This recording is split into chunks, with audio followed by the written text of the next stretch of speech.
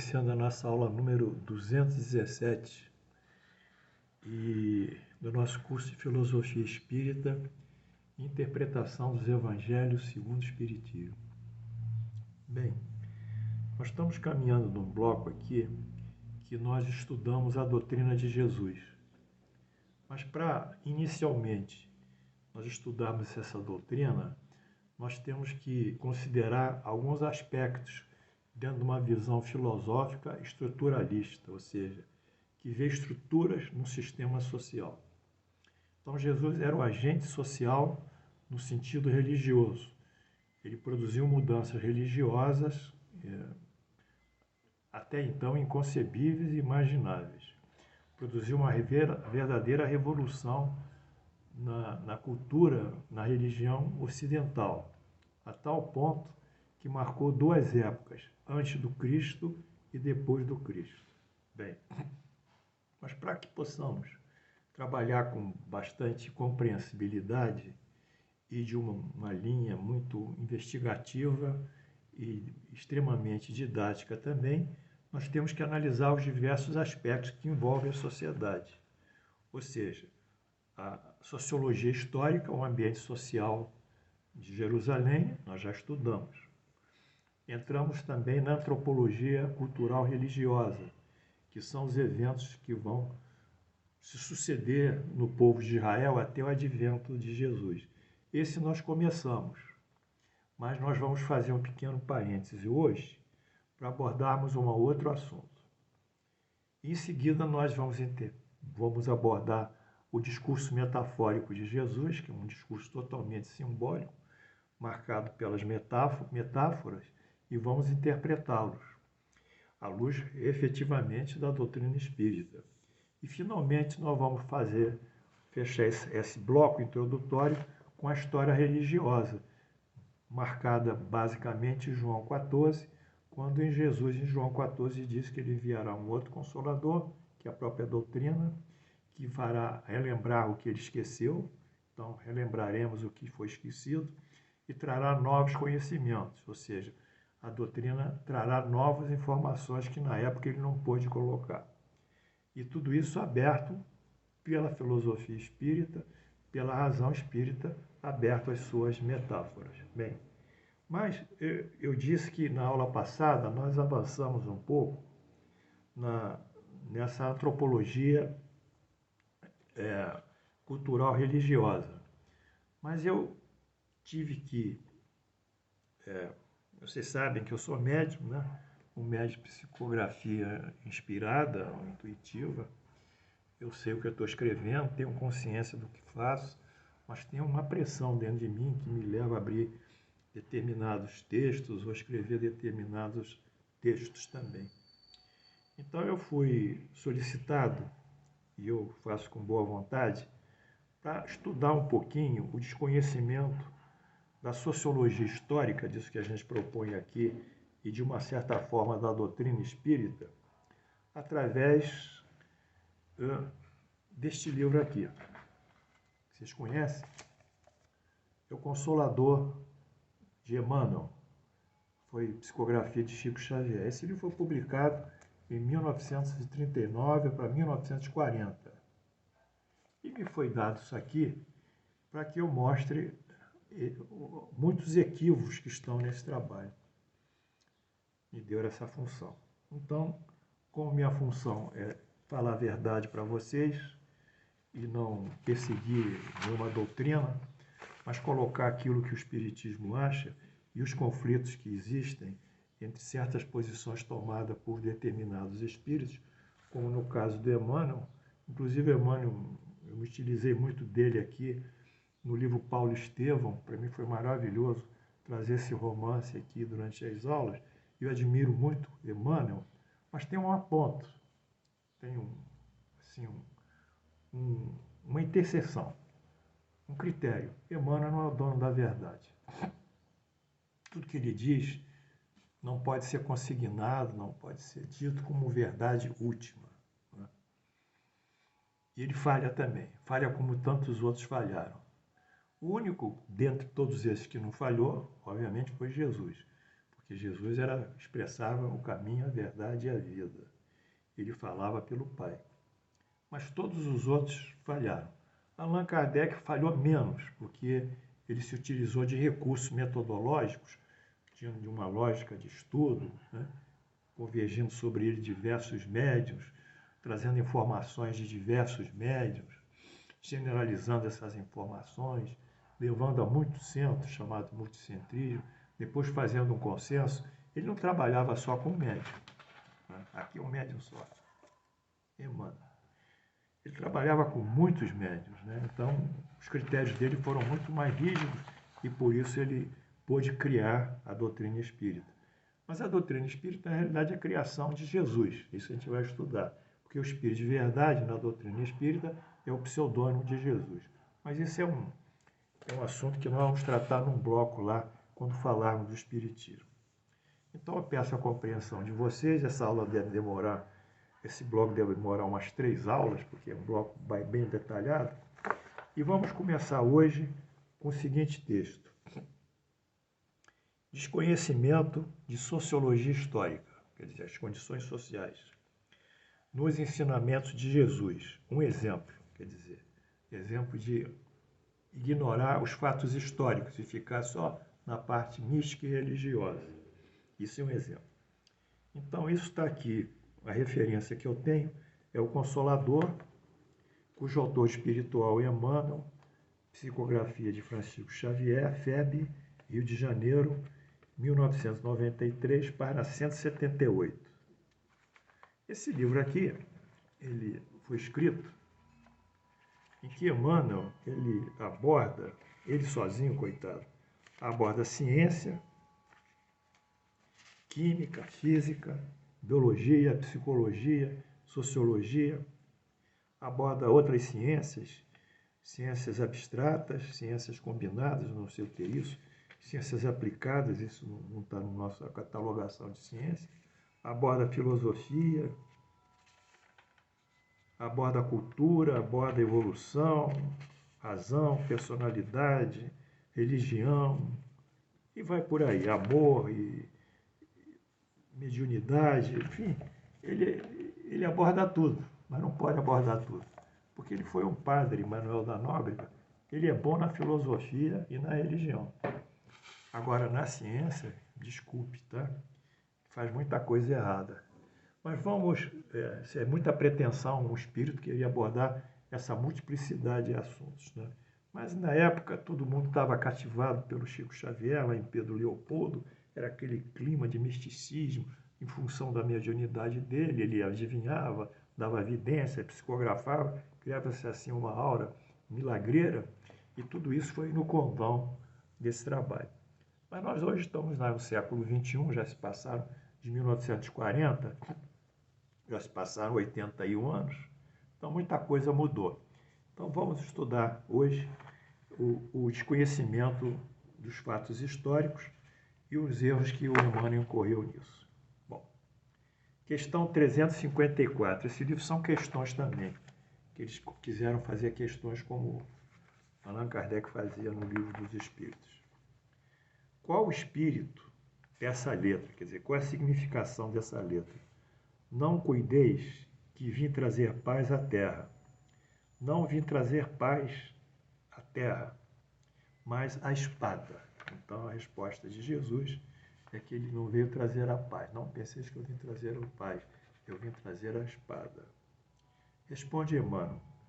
Todos os símbolos do Evangelho, dado o meio que desabrocha, são quase sempre fortes e incisivos. Jesus não vinha trazer ao mundo a palavra de contemporização com as fraquezas do homem, mas a centelha de luz para que as criaturas humanas se iluminassem para os planos divinos. Veja como o texto, a redação dele é cheia de adjetivos, né? É uma construção difícil, pouco substantivo e muito adjetivo. É a lição sublime do Cristo. Ainda e sempre pode ser conhecida como espada renovadora. Ele diz que esta espada é renovadora, com a qual o homem deve lutar contra si mesmo extirpando os velhos inimigos do seu coração, sempre capitaneados pelo egoísmo. Bom, então, essa é a resposta de Emmanuel a esse pequeno texto que diz assim: não penseis que eu vim trazer a paz, eu vim trazer a espada. Está em Mateus. Vamos ver o que Emmanuel fala. Bom, Emmanuel inicia a sua resposta com a afirmativa: não vim trazer ao mundo a palavra de contemporização com as fraquezas do homem. Ou seja, ele diz: Jesus não veio trazer ao mundo a palavra de contemporização com as fraquezas do homem. Olha o que ele diz. Olha, nada mais claro e óbvio, né? Se Jesus minimizasse as fraquezas e os erros humanos, estaria colaborando para quê? Para que o homem permanecesse na imperfeição, no vício, e para que o mal continuasse a prosperar. E, portanto, não teria sentido a doutrina de Jesus. Quer dizer, ele dizendo que não veio trazer ao mundo a palavra de contemporização é mais do que óbvio. É mais do que óbvio. Está implícito na doutrina dele ele ter uma posição assertiva e positiva. Então, isso é coisa do Emmanuel. Tal afirmativa, com sua obviedade, com a sua clareza, e nada acrescenta à resposta. Nada. Por enquanto não disse nada. Continue Emmanuel. É a lição sublime e a lição sublime do Cristo pode ser conhecida como uma espada, a espada renovadora, com a qual o homem deve lutar contra si mesmo, extirpando os velhos inimigos do seu coração, sempre capitaneados e comandados pelo egoísmo. Então, a espada é o símbolo religioso, é o símbolo aqui, dentro desse contexto, do homem entrar em conflito com si mesmo e cortar os seus vícios para entrar num plano de virtude. Muito bem. Vamos ver o que a gente pode dizer sobre isso. Emmanuel faz da espada o símbolo da depuração moral, quer dizer, do homem. E a chama, né, e chama de renovadora. A espada que há de extirpar o egoísmo do homem. Então ele coloca nesse momento. E mais, como Jesus diz, não vim trazer a paz à espada, segundo a interpretação de Emmanuel, produzirá o oposto da paz, o conflito. Quer dizer, essa espada, em Emmanuel, ela vai trazer um conflito referente ao egoísmo. E no Espiritismo nós não temos conflitos, nós temos uma impregnação gradual por parte da evolução, como se fosse assim um vaso, uma garrafa, em que ela está com uma água muito escura, uma água diferente, e nós então vamos jogando outra água e gradualmente vamos transformando ela de uma forma mais clara, de forma até que a luz passe por ela. Quando ela não passava, tamanha era a sua poluição. Então o Espiritismo ele gradualiza a nossa evolução. O nosso processo evolutivo, a transformação moral, ela se dá através de encarnações e reencarnações sucessivas. A reencarnação é um grande veículo do nosso aperfeiçoamento, da nossa evolução. Não há essa situação crítica que de um dia para a noite nós vamos mudar ou vamos fazer os conflitos. Pelo contrário, à medida que nós vamos buscando mais o amor, mais a caridade, mais o desprendimento, mais a abnegação, o egoísmo ele vai saindo naturalmente.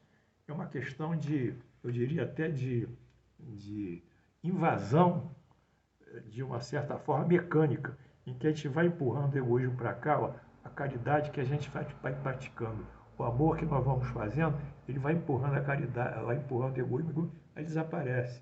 Mas não é um sistema de conflito. Por quê? Por quê? Porque se fosse assim, Jesus produziria o oposto da paz, o conflito. O homem, após Jesus, entrará em conflito com seus próprios sentimentos. Essa reação não é compatível com a doutrina do Cristo, pois ele é a verdade, o caminho e a vida, ele é todo amor. Jesus veio para nos felicitar com seus ensinamentos e nos libertar da matéria e dos liames que nós temos da dependência do mundo.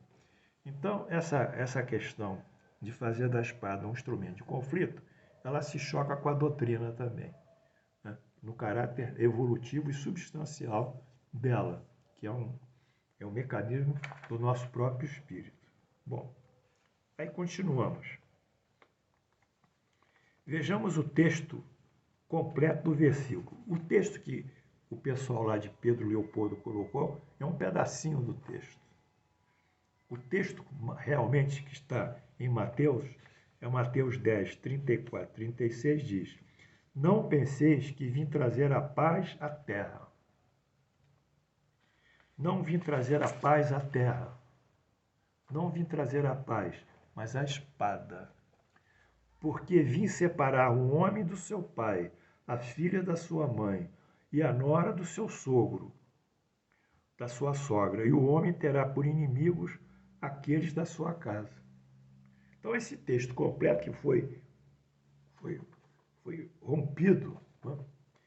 Foi suprimido, ele não se limita ao homem como indivíduo, ele se estende ao quê? Ao homem só levantar seu egoísmo. Aqui, como ele é completo, ele estende-se para os membros da família, para o pai, para a filha, para a mãe, enfim, que eles também se terão antagonizarão em relação aos seus conhecimentos, eu diria, no caso, evangélico. Então, o texto ele se abre para uma sociedade, não é? Porque a família aqui representada no texto, que eles vão entrar em conflito, que essa espada vai trazer a confusão, não vai trazer a paz, e que a própria família entra em conflito, isso representa o quê? Uma visão social. Representa a sociedade. Com Jesus, após Jesus, a sociedade vai entrar em conflito. Que a sua doutrina é tão impactante, tão poderosa, tão reformadora, que ela vai mudar todo o cenário do Ocidente, da civilização ocidental. Era isso que Jesus estava prevendo, não é? Era isso que ele estava colocando. E é isso que nós vamos continuar estudando na próxima aula. Eu espero que vocês estejam me acompanhando. Longe de mim ficar condenando Emmanuel. Eu tenho admiração por ele, tenho muito amor por ele. Longe de mim, eu quero que fique isso claro, bem claro, tenho uma relação muito sadia com ele. Mas eu não posso dizer que o emanuelismo que surgiu depois do advento do Chico é uma doutrina que espelha realmente a verdade. Isso eu não posso dizer. E também não posso dizer que o emanuelismo, ou também o André Luizismo, que vem de André Luiz, são doutrinas que falam, que conversam, elas são complementares da doutrina espírita. Absolutamente. A doutrina espírita veio por quem? Pelo advento de Jesus. Jesus é que comanda a doutrina espírita. Veio como? Através de uma promessa dele, em João 14, que relembraria tudo o que tinha sido dito por ele e mais ainda, traria novos esclarecimentos. Então, a doutrina, o comando da doutrina, nem do Allan Kardec, o grande comando é de Jesus, que é o Espírito de verdade. Então, essa doutrina que vem, ela tinha um comprometimento de produzir os conhecimentos mais importantes, autenticados pelo método de pesquisa que Allan Kardec propôs, de investigação, de comparação das respostas dadas por diversos médiuns, não um médium só. Então, essa doutrina, ela em si ela é fechada, no sentido de quê? De que ela responde pela parte espiritual. Agora, outros indivíduos podem opinar. E Allan Kardec diz o seguinte: a opinião no espiritismo é livre. Por absurdo, se tivermos tantas opiniões que queiram criar uma religião, nós teremos tantas religiões, a opinião nossa é livre. Agora, nós não podemos acoplar coisas que conflituam com a doutrina como sendo da doutrina. Então, as obras do Emmanuel, nem do André, não são complementares, porque a doutrina em si ela é perfeita, ela é fechada, ela se complementou por si própria, ela não quer que se produzam acréscimos, reformas, isso não compete a ela. Ela como foi colocada, é a terceira revelação. Então ela não tem que subir. O que importa para nós, portanto, é termos essa lucidez que eu queria colocar a vocês e essa razão, essa reflexão. Não se percam no passionismo, não se percam no misticismo, não se percam na adoração, não se percam nesses caminhos de achar que tudo lá em cima vai resolver tudo aqui embaixo. Temos a prova aqui. Foi feito por Jesus a doutrina, e essa doutrina refletiu aqui embaixo, através de guerras e perseguições religiosas de toda espécie. Allan Kardec, que a gente vai ver, ele dá um texto e diz, na época dele, que as guerras religiosas mataram mais pessoas do que todas as guerras anteriores. Depois veio a Primeira Guerra Mundial e a Segunda, tudo bem, mas na sua época. Então, não se percam nessas ideias que esses espíritos vão dar a resposta final a vocês. O próprio Emmanuel, aqui também, eu vou ler, ele mesmo, na introdução dele, ele diz que ele não tem a verdade final, não compete a ele, ele quer sair dessa situação de constrangimento, achando que ele sabe física, sabe química, sabe biologia, sabe geologia, sabe todas as exatas, sabe medicina, sabe filosofia, sabe as humanas, sabe tudo. É impossível. Porque o espírito, coitado, ele tem um nível de conhecimento e até nesse conhecimento ele especializa. É bom conversar com um espírito que foi físico, aí a gente vai entender melhor o que ele propõe, porque ele foi físico, ele sabe. Ou outro espírito que fez direito, ele vai explicar a posição dele de direito. O outro que fez medicina, ele vai explicar o tratamento. Enfim, o que o espírito é aqui, o nível de conhecimento, ele leva lá para cima. Mas não há enciclopédia. Isso é uma tentativa de enciclopédia. São 411 perguntas, né, que fala de tudo, coitado. E o pessoal de Pedro Leopoldo não tinha também, nos primórdios do espiritismo lá, ele não tinha um conhecimento maior da doutrina, como nós temos hoje. Portanto, era isso que eu gostaria de trazer a vocês. E eu me sinto feliz porque eu faço isso tudo com amor, sem preconceito, sem discriminação, sem crítica. Eu apenas vou colocando os fatos de acordo com a comparação com o texto basal nosso, a nossa referência, que é a doutrina espírita. Amanhã nós continuaremos aqui a interpretação desse texto de hoje, que fala que Jesus não veio trazer a paz, mas veio trazer a espada, e como isso vai ser desenvolvido. Eu agradeço a todos vocês, flores no dia de hoje. Amanhã, se Deus quiser, nós continuamos.